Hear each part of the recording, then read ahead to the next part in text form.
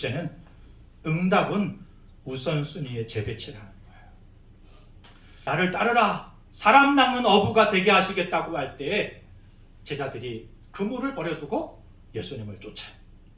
그물을 버려두고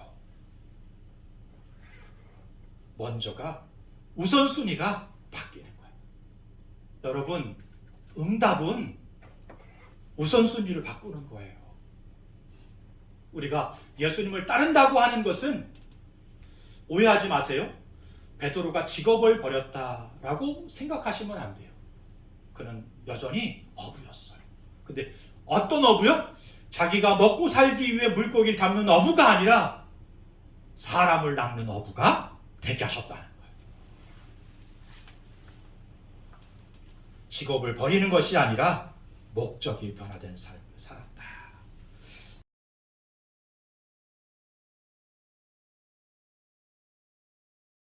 교회 소식 먼저 전해드릴 건데요. 교회 예배자의 자리에 오신 여러분을 사랑하고 축복합니다. 먼저 저희들 주 나를 보호하시고 날 붙드시리, 주 너를 보호하시고 널 붙드시리, 함께 축복하면서 찬양하도록 하겠습니다.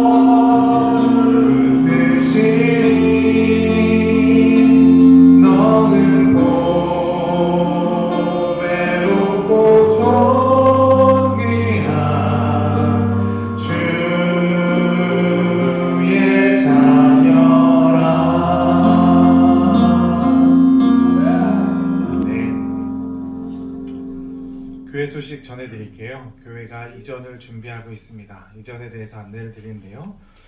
2025년 11월 1일 날 교회 짐들에 대해서 이사를 할 예정이고요. 첫째 주 주일인 11월 2일 날 11시에 첫 예배를 드리려고 예정합니다. 네, 기억해 주시면 좋을 것 같고요. 혹시 주중에 이삿짐을 옮기거나 이런 데 있어서 일손이 필요하면 연락을 드리거나 공지를 드릴 수도 있을 텐데, 시간이 되시는 분들은 준비해 주시고 도와주시고 섬겨주시면 감사하겠고요. 혹시 중간에 차질이 생겨서 만약에 11월 2일 날 못 드리게 된다면 공지를 드릴 테니까 교회에서 드리는 소식에 귀 기울여 주시고, 또 이렇게 가는 것에 대해서 감사할 수 있는 시간, 그리고 기도하면서 준비할 수 있는 시간 될 수 있도록 함께 마음으로 섬겨주시면 감사하겠습니다. 저희들이 기도할 제목들이 많습니다. 김미정 자매님이 수술 후에 계속해서 회복 중에 있는데 잘 치유될 수 있도록, 회복될 수 있도록 기도해 주시면 좋겠고요. 유혁 권사님 부친을 위해서 함께 기억해 주시면서 기도해 주시고, 수능을 앞두고 있는 친구들, 그리고 특별히 예빈이를 위해서 함께 기도해 주시면 감사하겠습니다. 이제 2달밖에 남지 않았습니다. 교회로는 사실 마지막 달인 11월 달인데요. 11월 달을 위해서 잘 마무리하시면서 섬겨주시면 좋겠고, 대표 기도자들 순서마다 잘 섬겨주시면 감사하겠습니다. 그리고 11월, 12월 매일 성경이 준비되어 있으니까 아침 묵상하실 때 필요하시니까 오늘 중으로 다들 챙겨가시면 11월, 12월도 같이 함께 할 수 있을 것 같습니다. 믿음으로 사도신경 고백하면서 예배 가운데 나아가도록 하겠습니다. 전능하사 천지를 만드신 하나님 아버지를 내가 믿사오며 그 외아들 우리 주 예수 그리스도를 믿사오니 이는 성령으로 잉태하사 동정녀 마리아에게 나시고 본디오 빌라도에게 고난을 받으사 십자가에 못 박혀 죽으시고 장사한 지 4일 만에 죽은 자 가운데서 다시 살아나시며 하늘에 오르사 전능하신 하나님 우편에 앉아 계시다가 저리로서 산자와 죽은 자를 심판하러 오시리라. 성령을 믿사오며 거룩한 공회와 성도가 서로 교통하는 것과 죄를 사하여 주시는 것과 몸이 다시 사는 것과 영원히 사는 것을 믿사옵나이다. 아멘. 저희들 함께 찬양할 텐데요. 살아계신 우리 주님을 기억하면서 주님 앞에 영광 올려드리고 또 기쁜 마음으로 찬양할 수 있었으면 좋겠습니다. 주 하나님 독생자 예수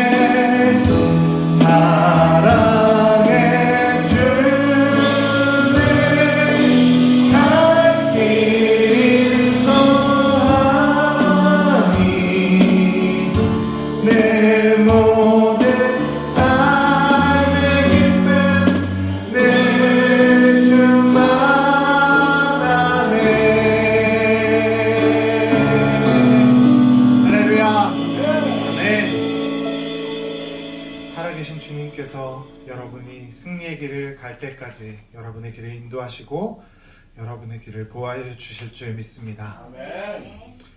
저희들이 종교개혁 주일로 오늘 예배를 드리게 되는데요. 제가 지난주에 삼국지를 본다고 얘기했잖아요. 난세를 보니까요. 난세에는 영웅들이 일어나더라고요. 종교개혁 주일을 기억할 때 그들이 왜 개혁을 했는지, 그 시기가 얼마나 어려웠는지 저희들이 한번 기억해 볼 수 있을 것 같습니다. 사실 우리 교회가 지금 되게 어려운 시간들, 만세가 아닐까라는 생각이 드는데, 이 공사 기간에 윤 장로님이 장군처럼 일어나고요, 최 집사님이 장군처럼 일어나고요, 오 장로님이 일어나고요, 또 뒤에서 지략가이신 왕 목사님께서 이렇게 조절을 하시고 이러는 걸 보면서 우리 교회가 점점 더 강해져가고 강성해져가고 또 토성이 쌓이면서 성벽들이 쌓여져 가듯이 우리 교회가 굳건히 쌓여져 간다는 것들을 저는 좀 바라볼 수 있게 됐습니다.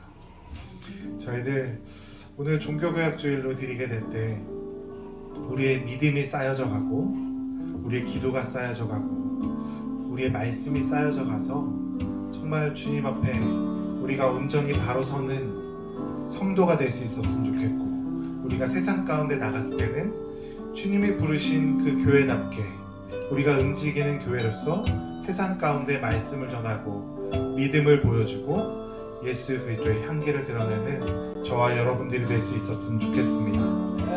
우리는 주의 움직이는 교회, 이곳은 주님을 위한 자리, 함께 찬양하도록 하겠습니다.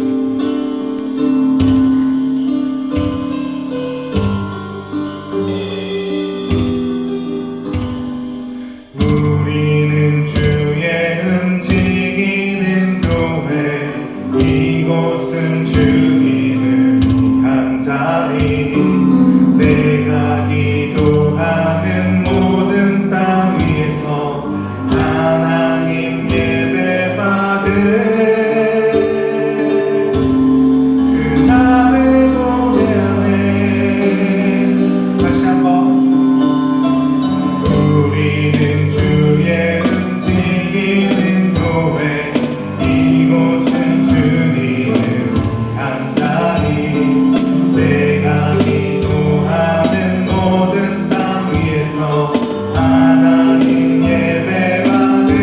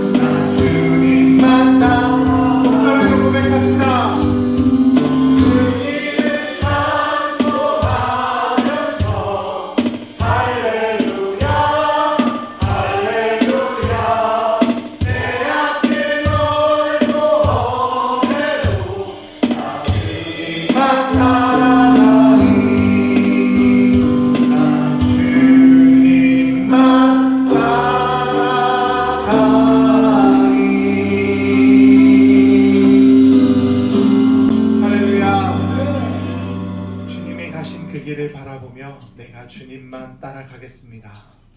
하나님, 이 어려운 세상 가운데서, 혼란한 세상 가운데서 주님이 찾으시는 그 예배자 한 사람이 있다면 내가 되길 원합니다. 하나님, 말씀 위에, 진리 위에 올바로 서서 주님이 가신 길을 바라보며 내가 주의 길을 따라가는 주의 백성, 주의 자녀 되게 하여 주옵소서. 오늘 이 세상 가운데서 진리가 무엇인지 하나님의 말씀을 바로 알고 정말 주님이 원하시는 그 예배자의 자리에 내가 서서 주님의 영광을 바라보며 주님과 함께 승리하는 그날을 바라보며 그날을 소망을 품고 나의 믿음을 가지고 나아갈 수 있는 오병이어 교회 성도들 그리고 우리가 될 수 있길 원합니다. 하나님, 내가 하나님 앞에 예배할 때 온 마음과 정성 다하여 예배할 수 있게 인도하여 주옵소서. 주의 진리된 말씀을 내가 받길 원합니다. 나의 마음을 열어주시고 목사님 입술을 주장하여 주옵소서. 온 마음으로 함께 다 같이 기도하면서 예배 가운데 나아가도록 하겠습니다. 좋으신 하나님 아버지 감사합니다. 온 마음과 정성 다하여 하나님을 예배하고 주의 말씀을 기대하며 하나님 앞에 무릎 꿇고 예배합니다. 하나님, 이 예배 자리에서 하나님을 집중할 수 있게 하시고 하나님의 말씀 가운데 내가 귀 기울이며 하나님께 영광을 올려드리는 예배자들 될 수 있도록 인도하여 주옵소서.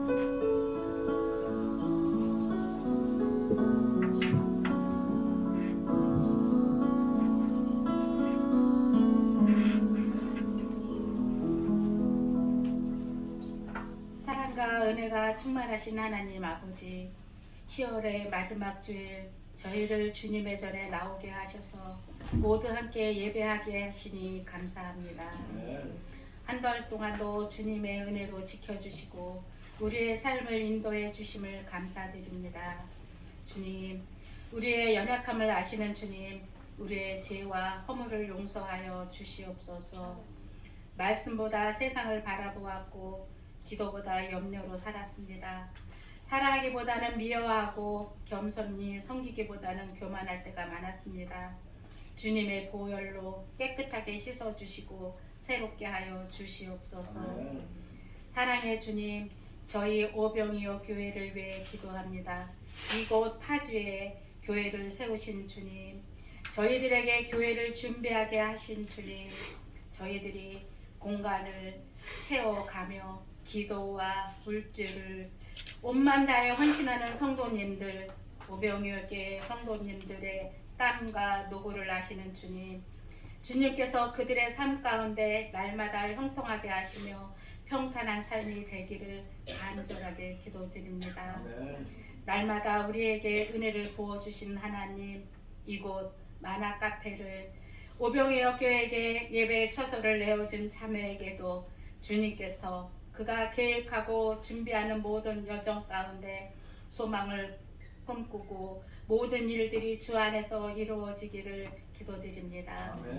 우리를 살리시고 우리의 아픔을 아시는 주님, 어려운 수술을 잘 마치고 치료와 회복을 위해 있는 자매에게도 이 시간을 통해 하나님께서 만져주시고 주님 나라에 더욱 힘 쓰임받는 가정으로 세워지기를 간절하게 기도합니다.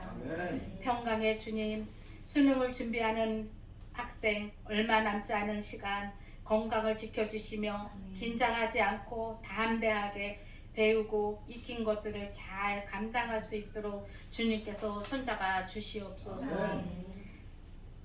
신실하신 하나님, 다음 세대를 위해 기도합니다. 우리 오병이어 교회를 통해서 자라나는 학생들, 청년들 큰 비전을 보게 하시며 말씀으로 잘 준비되게 하시어 하나님의 영광을 위해 살아가는 인생들이 되게 하여 주시옵소서. 오늘은 종교 개혁 주일로 지키는 주일입니다. 우리 오병이어 교회가 오직 예수, 오직 복음으로 굳게 서게 하시고 세상 속에서도 주님의 말씀으로 복음을 전하는 우리 오병이어 교회가 되게 하여 주시옵소서. 주님, 이 나라가 주님의 정의와 공의가 세워지게 하시며 지도자들에게 지혜와 정직을 더하여 주셔서 국민을 섬기며 이 나라가 주님의 뜻 가운데 바로 서게 하여 주시옵소서. 이 시간 목사님께서 말씀을 전하실 때 성령 충만하게 하시며 진리의 말씀이 되어 우리의 삶 가운데 새롭게 변화되어 결단하여 우리가 주 안에서 늘 평안한 삶을 살아가게 하여 주시옵소서. 이 모든 말씀 거룩하신 예수님의 이름으로 기도드렸습니다. 아멘.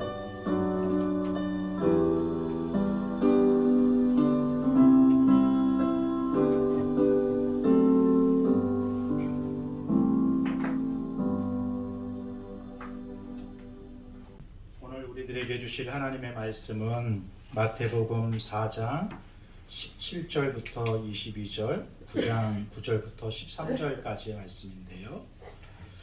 4장 17절부터 20절까지 같이 한 절씩 교독하도록 하겠습니다. 이때부터 예수께서 비로소 전파하여 이르시되 회개하라 천국이 가까이 왔느니라 하시더라. 갈릴리 해변에 두루다니시다 두 형제 곧 베드로라 하는 시몬과 그의 형제 안드레가 바다에 그물 던지는 것을 보시니 그들을 어부라. 다 같이 합독할게요. 말씀하시되 나를 따라오라 내가 너희를 사람을 낳는 어부가 되게 하리라 하시니 그들이 곧 그물을 버려두고 예수를 따르니라. 기도하겠습니다. 좋으신 하나님, 오늘도 예배합니다. 이곳에 임재하셔서 영광 받아 주시고 예배하면서 또 사모하는 마음으로 은혜를 기대하는 이들이 있습니다. 하늘의 은혜를 내리시고 드려진 예물을 통하여 하나님 기뻐 받으시며 또 구제하고 선교하는 일 가운데 이 교회와 속한 가정과 지체들이 아름답게 주의 뜻하신 바를 이루어가는 교회되고 가정되고 그리고 성도되게 하늘의 복을 허락하여 주옵소서.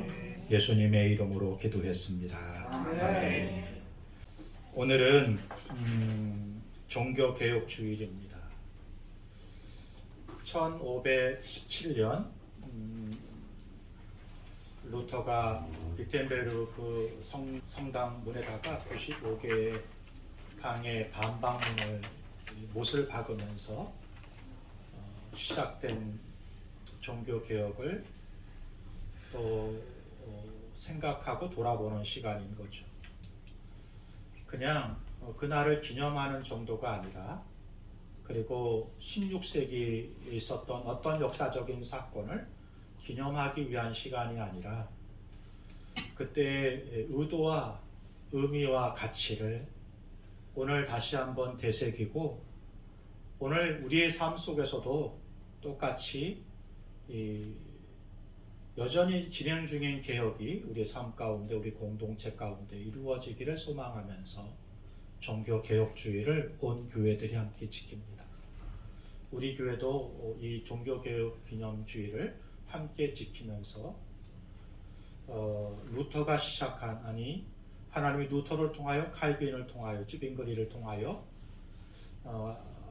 건강한 교회를 세우기를 원하셨던 하나님의 뜻을 이루어는 그런 공동체를 사모하면서 이 주일 말씀을 함께 받을 수 있었으면 좋겠습니다. 16세기에 있었던 종교개혁 주일, 왜 오늘 이 시대에도 지켜야 될까? 이렇게 정리할 수 있을 것 같습니다. 첫째는 우리는 잘 잊기 때문이라는 거예요.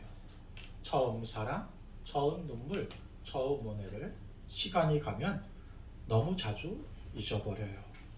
그래서 받은 은혜를 기억하지 못하니까 교만해지게 되고 거만해지게 되고 하나님과 거리가 멀어지게 되는 주를 하나님을 예배하는 예배자가 아니라 자신을 세워가는 건축가가 되고 성공주의자가 되고 자유주의자가 되는 일들을 이루게 된다는 것이죠.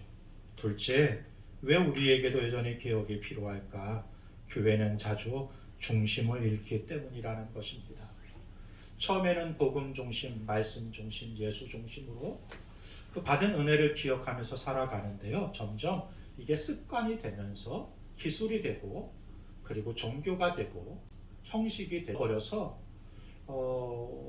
복음의 은혜를 까먹게 되는 경우를 우리가 많이 경험하기 때문에 그렇습니다.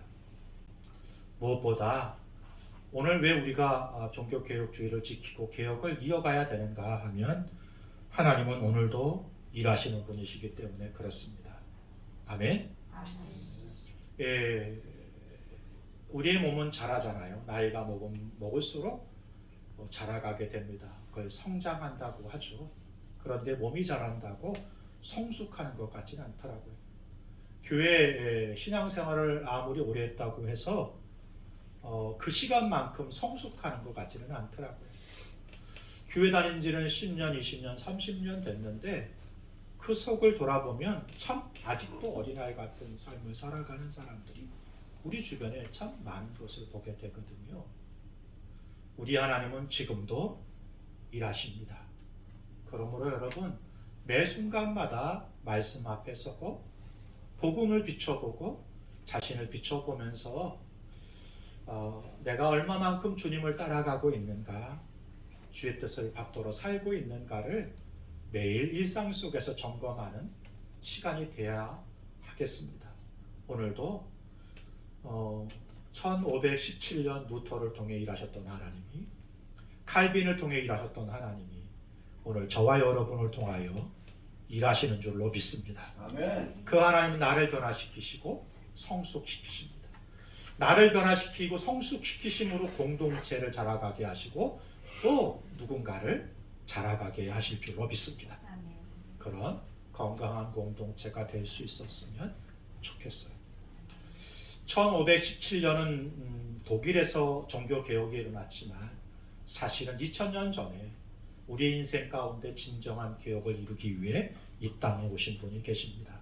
예수 그리스도이시죠. 공생애를 마치신 예수님께서 이제 공생애를 시작하시면서 첫 번째 설교를 하시는데 이 말씀을 하시게 되는 거예요.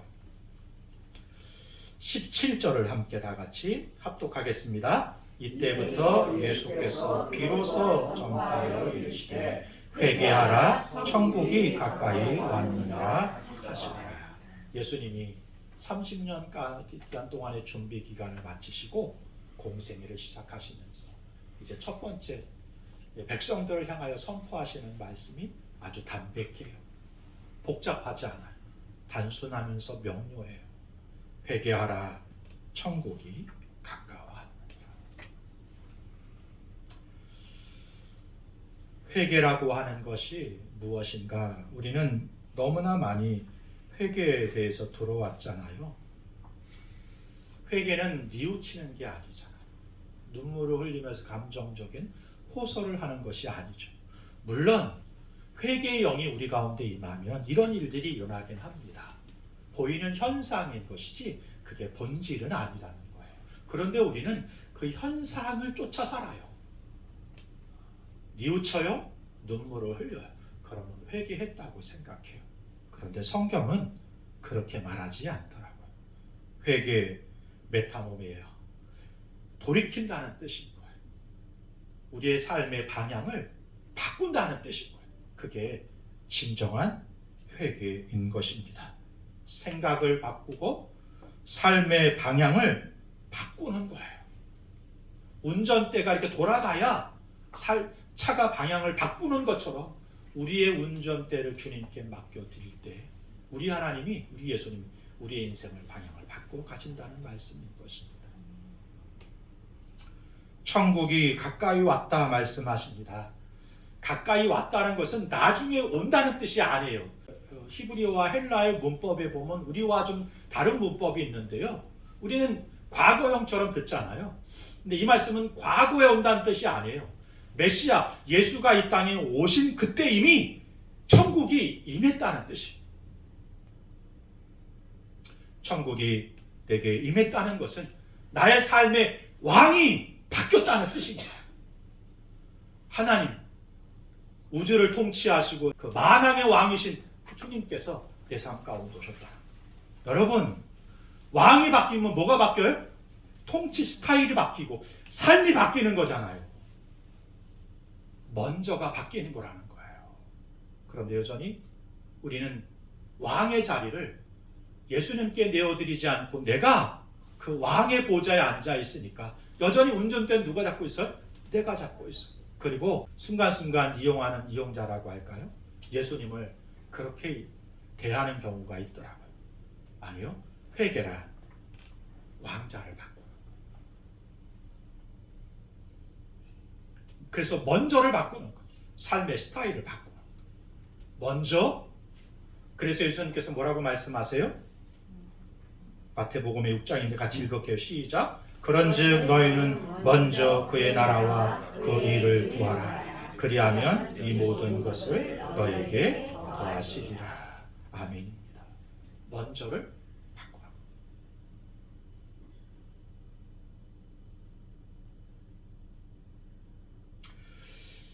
저희 교회 감사하게 이제 71평 테라스까지 합치면 100평인데 교회 규모에 비해서 너무 큰 공간을 하나님 우리에게 주셨어요. 감사하죠. 그걸 잊어먹으면 안 될 것 같아요. 그건 왕목사 교회가 큰 게 아니고 하나님이 우리에게 주신 공간이 큰 만큼 은혜가 그 공간이 크다는 것이 은혜가 될 수도 있고 화가 될 수도 있어. 바라기는 우리에게 주신 이 은혜의 공간이 은혜가 될 수 있었으면 좋겠습니다. 아멘. 우리 공동체의 화가 아니라 은혜가 되도록 아멘. 저도 여러분도 그렇게 만들어 갈 수 있었으면 좋겠습니다. 아멘. 아멘. 이제 남은 것은 바닥이에요. 그런데 윤 장모님과 최 집사님, 오 장모님 이렇게 바닥을 하는데요. 윤 장모님 이 현장 경험이 40년입니다. 청소년 사역 40년. 삐까삐까하죠? 근데 그럼 전문가잖아요. 해볼 만큼 해봤어요. 그러면 저는 그냥 딱 눈에 딱딱딱딱 붙이면 된다고 생각해요. 근데 그렇게 안 하세요. 그죠? 먼저 먹줄을 가지고 바닥을 이렇게 이쪽 끝에서 저쪽 끝에 대는 거예요. 먹줄을 거요. 한 줄만 긋지 않더라고요.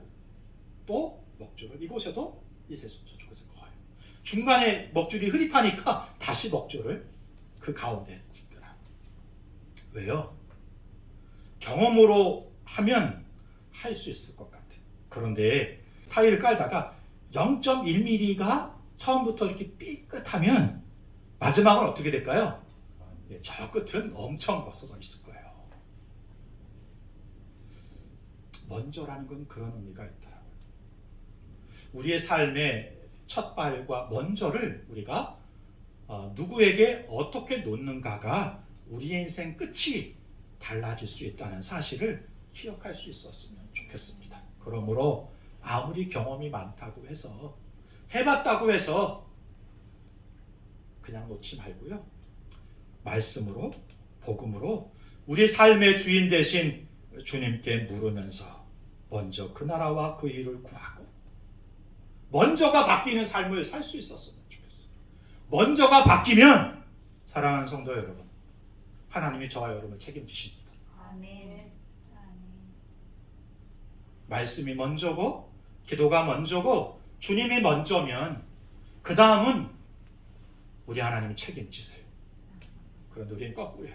내 마음대로 해놓고 하나님 왜 이렇게 하셨어요? 그래요. 저 얘기예요. 제 얘기. 우리는 자주 그래요. 예수님께서 제자들을 부르시고 말씀하십니다. 회개하라. 천국이 가까웠느니라. 운전대를 주님께 맡기고 먼저를 주님께 드리는 거예요.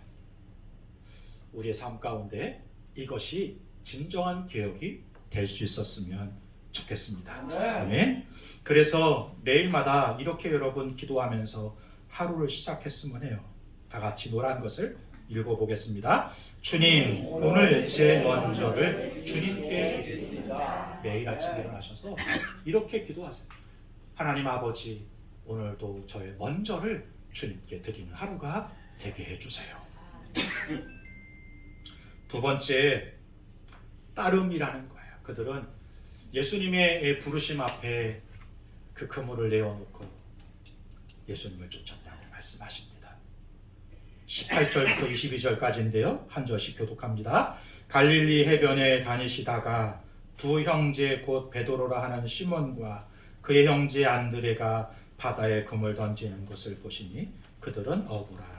말씀하시되 나를 따라오라. 내가 너희를 사람을 만드는 어부가 되게 하였으니. 그들이 곧 그물을 버려두고 예수를 따르니라. 거기서 더 가시다가 다른 두 형제 곧 세베대의 야고보와 그의 아버지 세베대와 함께 배에서 그물을 드는 것을 보시고 오시니. 합독합니다. 그들이 곧 배와 아버지를 버려두고 예수를 따르니라. 아멘.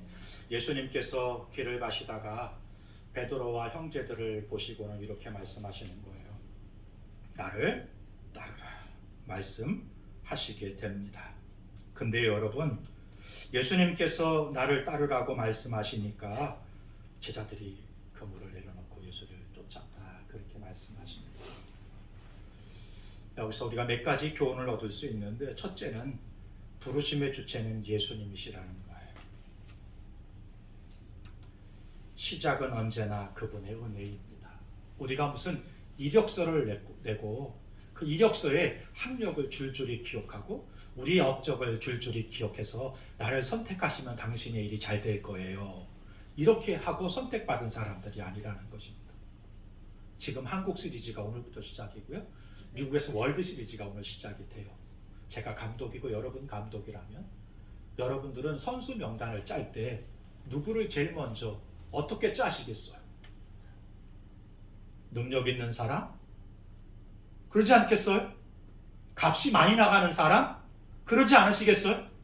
누구든 우승하고 싶은 욕심이 있는데 잘하는 사람, 능력 있는 사람, 재력 있는 사람, 많이 배운 사람, 많은 경험 있는 사람, 잘난 사람 뽑고 싶지. 누가 오늘 본문에 보니까 갈릴리 한 촌에서 이름도 없이 살아가는 촌두 같은 베드로와 안드레와 요한이라는 사람을 제자로 삼으시겠어요.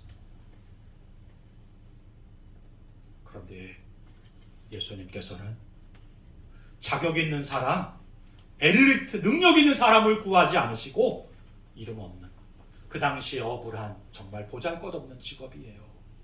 알아주는 사람 없는 직업이에요. 물고기를 좋아하면서도 물고기 잡는 사람은 천대하던 시대예요. 그런데 예수님께서 어떤 사람들을 불러 모으세요? 제자들을 부르실 때 천대받는 사람,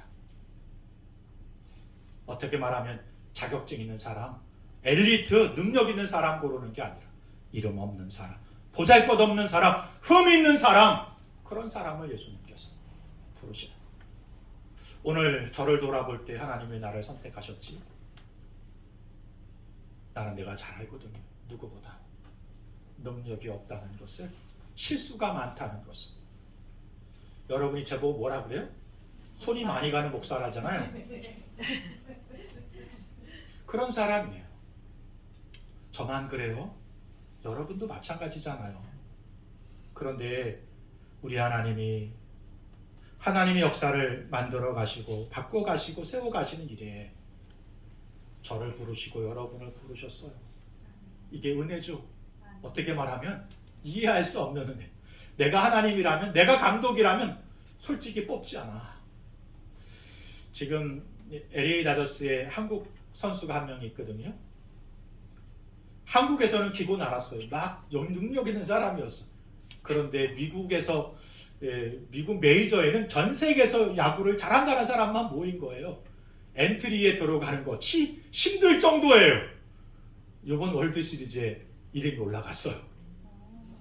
얼마나 조마조마했을까요? 마지막까지 내 이름이 올라갈 수 있... 아니, 뛰는 거는 기대도 안 해. 이름이라도 올라갔으면 좋겠다고 생각하고 있는데 이름이 올라갔어.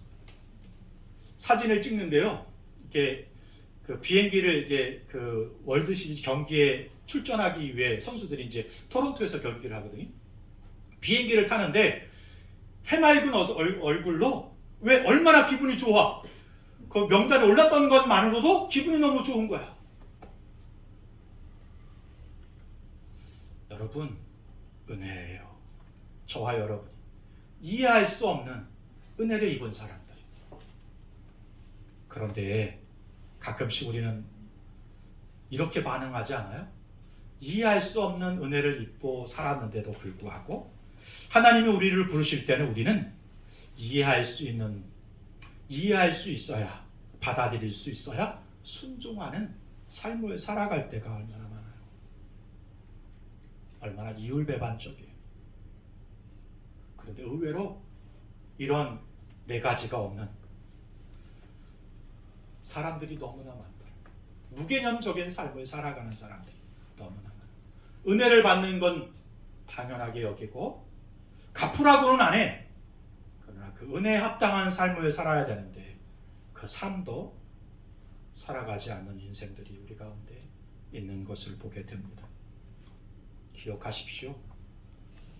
부르심은 전적으로 예수님의 주권 가운데 있었다는 것은 그러므로 은혜입니다. 그 은혜의 삶을 살아갔다 갈 때 실패가 있을 수 있고 낭망하는 일들이 만날 수 있지만 그러나 여전히 우리는 은혜 가운데 있기 때문에 다시 시작할 수가 있는 것입니다. 그런 믿음으로 살아가는 저와 여러분이 될 수 있었으면 좋겠어. 둘째는 응답은 우선순위에 재배치라는 거예요.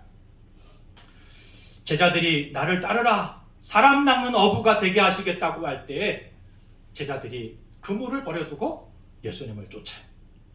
그물을 버려두고 먼저가 우선순위가 바뀌는 거예요. 여러분, 응답은 우선순위를 바꾸는 거예요. 우리가 예수님을 따른다고 하는 것은 오해하지 마세요. 베드로가 직업을 버렸다라고 생각하시면 안 돼요. 그는 여전히 어부였어요. 근데 어떤 어부요? 자기가 먹고 살기 위해 물고기를 잡는 어부가 아니라 사람을 낚는 어부가 되게 하셨다는 거예요. 직업을 버리는 것이 아니라 목적이 변화된 삶을 살았다. 저와 여러분도 그럴 수 있었으면 좋겠어요. 오늘 우리 태연이를 데려간 집사람이 무슨 라디오를 계속 유튜브를 듣고 있는데 그런 거예요. 최선을 다하라는 뭐 얘기를 쭉 하는데 아마 돈벌이를 많이 하는 영어 강사가 간증을 하는 것 같더라고요. 먹기 위해 돈 버는 것이 아니라 똑같이 그 직업을 가지고 살아가지만 사는 이유와 목적이 바뀌는 것입니다. 한 번뿐인 인생, 그냥 그저 세상 사람들처럼 배만 불리기 위해 사는 게 아니라 하나님의 일 가운데 동역하고 함께 참여하는 믿음의 역사를 이루어가는 그런 믿음의 동역자들이 될 수 있었으면 좋겠습니다. 셋째, 곧이라는 단어가 우리를 찌르네요. 제자들이 예수님의 부름에 반응을 보이는데요. 이렇게 선생님 잠깐만요 라고 하지 않아요. 기회가 되면 할게요 라고 말하지 않아요. 언젠가는 하겠죠 라고 말하지 않아요. 성경은 곧이라고 말씀합니다. 이렇게 정리했으면 좋겠어요. 신앙을 오래 하고 성숙했다는 걸 어떻게 증명할 수, 드러낼 수 있는가? 그건 지식을 많이 쌓고 경험을 많이 쌓는 게 아니에요. 오늘 성경은 이렇게 말씀하십니다. 응답이 빨라지는 것이 그게 성숙이고 믿음이라는 거예요. 살아갈수록 생각은 복잡해집니다. 세상은 그렇습니다. 그렇지 않으신가요? 옛날에는 학생 때는 내 문제만 가지고 고민하면 돼요. 어른이 되면 부모님을 고민하게 되고 자녀가 나오면 자녀까지를 고민하게 되고 직장 생활하게 되면 승진을 고민하게 되고 사업을 하다 보면 관계와 사업들을 고민하게 돼요. 얼마나 복잡해지는지 모릅니다. 삶이 그렇죠. 아마도 오늘 이 자리에 앉아 계시지만 생각은 복잡한 삶을 여전히 가지고 계신 분이 있을 수 있어요. 그런데 신앙은 단순한 것이더라. 성숙은 그래서 응답이 빨라지는 거예요. 그런 계산을 통해 나오는 결과물이 아니라 그동안 나의 삶 가운데 은혜를 베푸셨던 그 하나님을 신뢰하는 가운데 답이 나오는 거예요. 계산은 복잡한 단계를 거치지만 신뢰는 답을 쉽게 낼 수 있거든.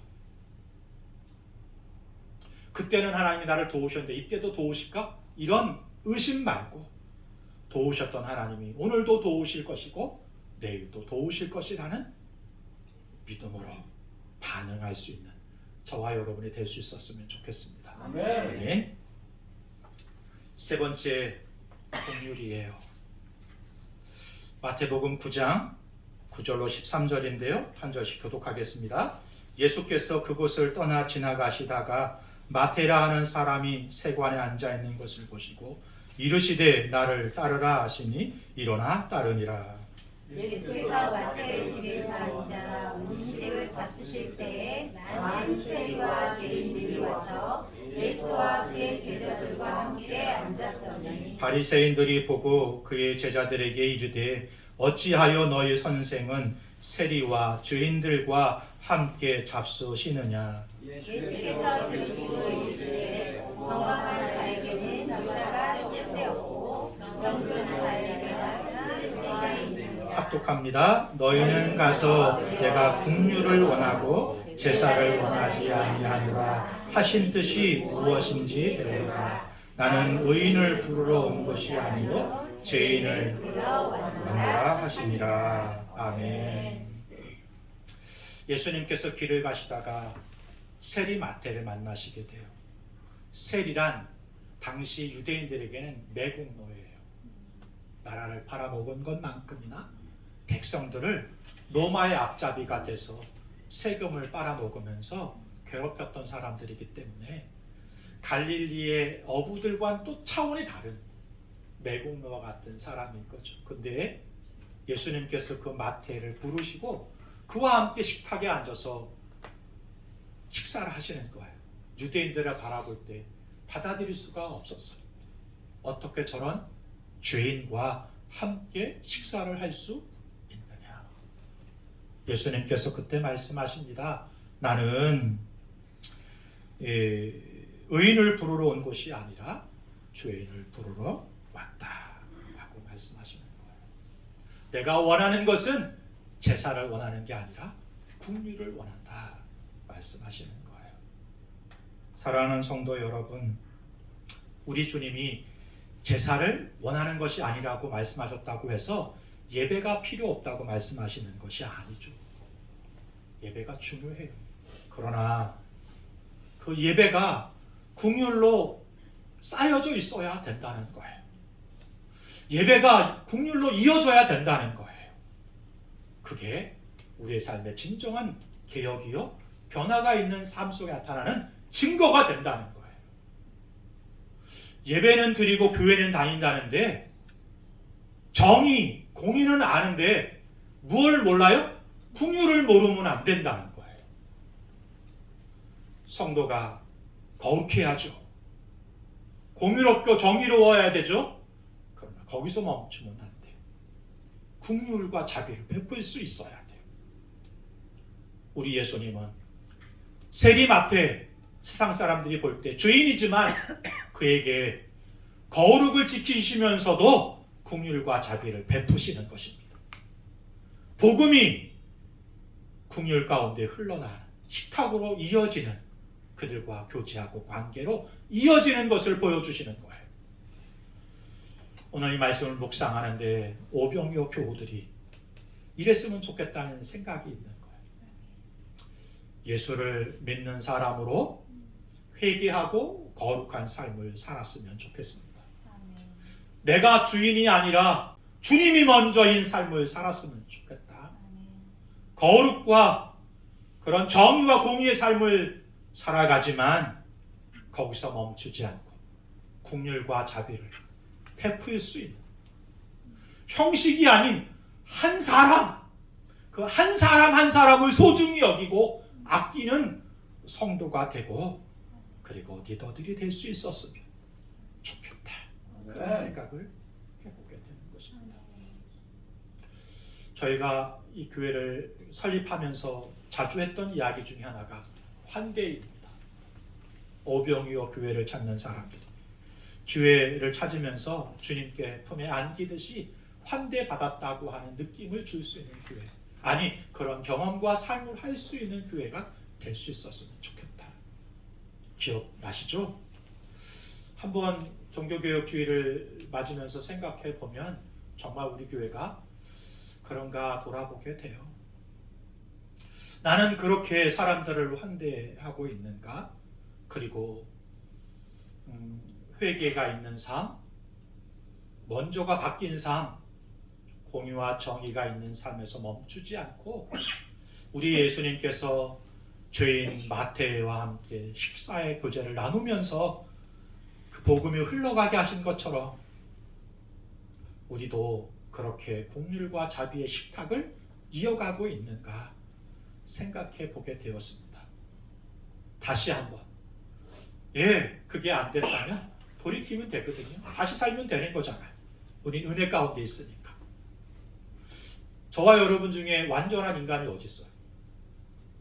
흠없는 사람이 어디 있어요? 실수가 없는 사람이 어디 있어요?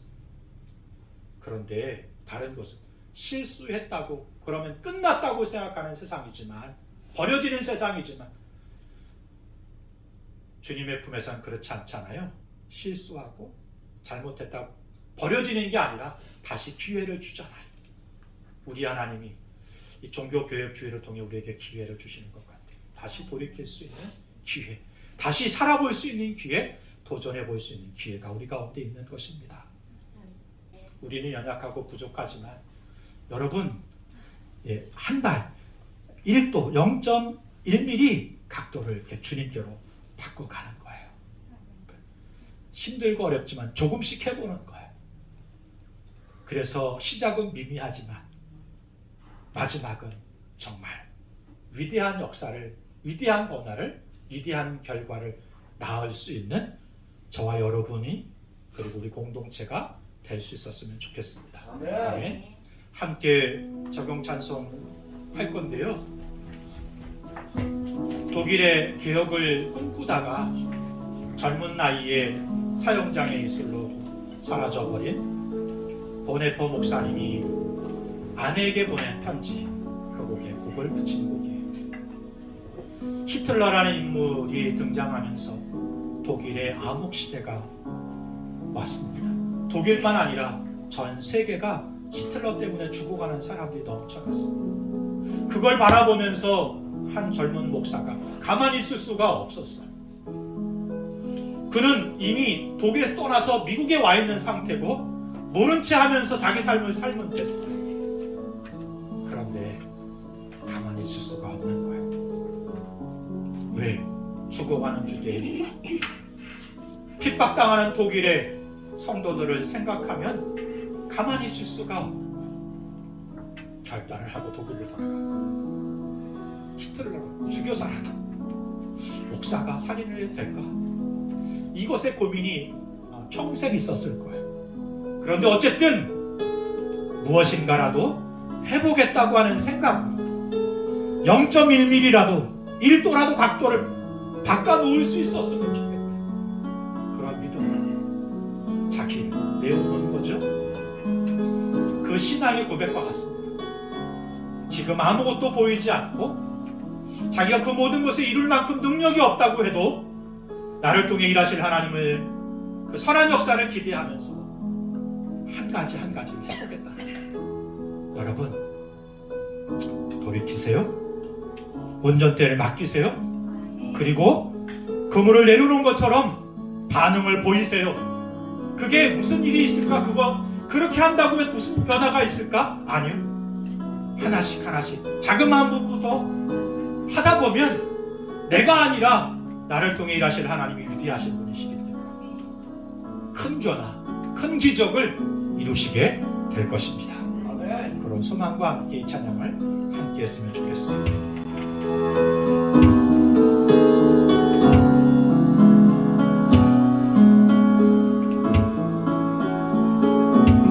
그 선하님의 고요히 감사하여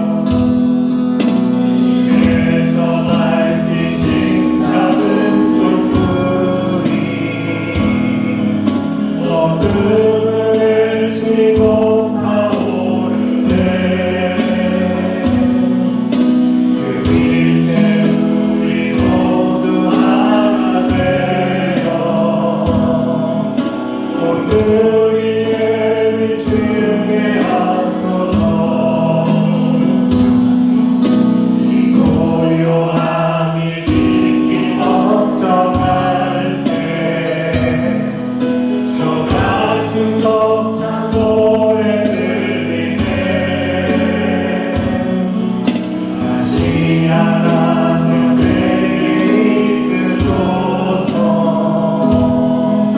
당신의 빛이 빛나느니라. 그 선한 일에 우리 감사시니 믿음으로 일어나는 기대하네. 주 언제나 우리와 함께 계셔. 하루 또 하루가 늘 새로워. 주 언제나 우리와 함께 계셔.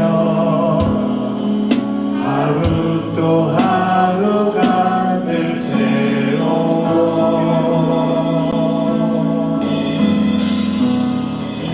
네, 함께 기도하겠습니다.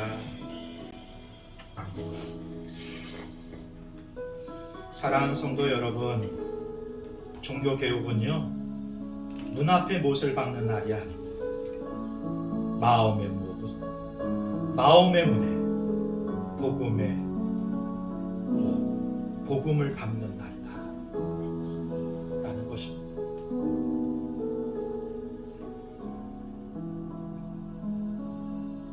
우리의 삶, 그 중심에 복음을 새기고 말씀에 대한 신뢰, 주님에 대한 의지, 주권을 회복하는 오늘이 될 수 있었으면 좋겠습니다.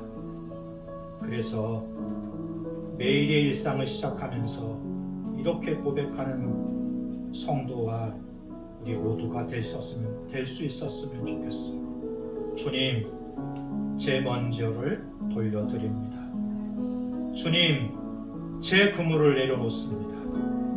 곧 바로 지금 주님, 한 사람을 향해 식탁을 열겠습니다. 우리의 예배가 예배로 끝나지 않고 한 사람을 돌보는, 살피는 식탁으로 이어지는, 그렇게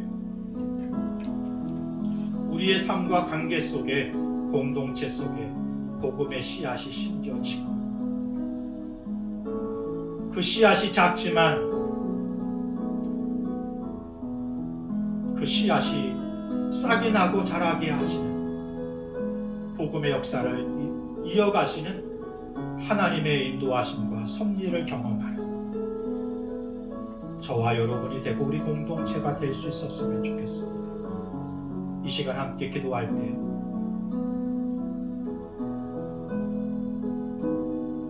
이렇게 고백하며 기도했으면 좋겠어요. 주님, 우리의 삶에 변화가, 개혁이, 진정한 성숙이 이어지게 하옵소서.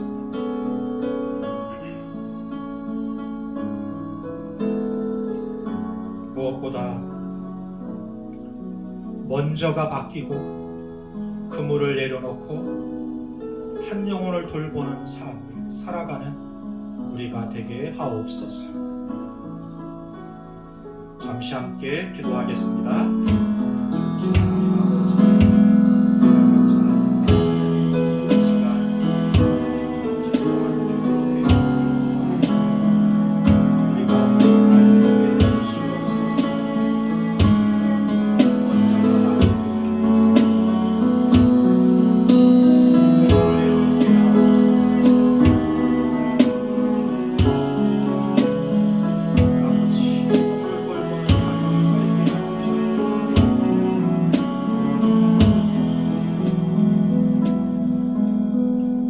좋으신 하나님 아버지, 우리의 인생 가운데 진정한 신앙의 개혁이, 믿음의 성장이 이어지게 하옵소서. 무엇보다 먼저가 바뀌기를 원합니다. 먼저 그 나라와 그 일을 구하게 하옵소서. 그러는 가운데 우리의 필요를 채우시는 하나님의 도우심과 섭리와 능력과 기적을 경험하는 성도가 되게 하옵소서. 그물을 내려놓기를 원합니다. 먹고 사는 일에 그물을 깁는 자가 아니라 이제 주님의 일, 주님이 맡기신 일, 그 사역을 위해 그물을 깁고 내리는 삶의 방향이 바뀌고 목적이 바뀌고 가치가 바뀌는 삶을 살아갈 수 있게 하옵소서. 무엇보다 주님, 한 영혼을 돌보고 살핀 주께서 맡기신 그 사역을 이루는 삶을 살게 하시고 하나님과 동역하고 주의 역사를 만들어가고 이루어가는 인생들을 되는 복을 경험하는 우리 오병이어 교회 교우들 되게 하시고 우리 공동체가 되게 하여 주옵소서. 이제는 우리 주 예수 그리스도의 크신 은혜와 아버지 하나님의 무한하신 사랑하심과 성령의 내주 교통 인도하심이 오늘 먼저를 바꾸고 그물을 내려놓고 삶의 방향을 바꾸며 가치를 바꾸는 삶을 살고 이제 나 중심의 삶이 아니라 주님 중심 삶을 살 뿐만 아니라 주의 마음으로 한 영혼을 돌보고 살피는 삶을 살기로 결단하는 주의 종들 머리 위에 가정과 이 나라의 민족 위에 오늘도 병상에 있는 주의 종 그리고 수능을 준비하는 우리 예빈이 머리 위에 지금부터 영원까지 함께 하시기를 간절히 축원하옵나이다. 아멘.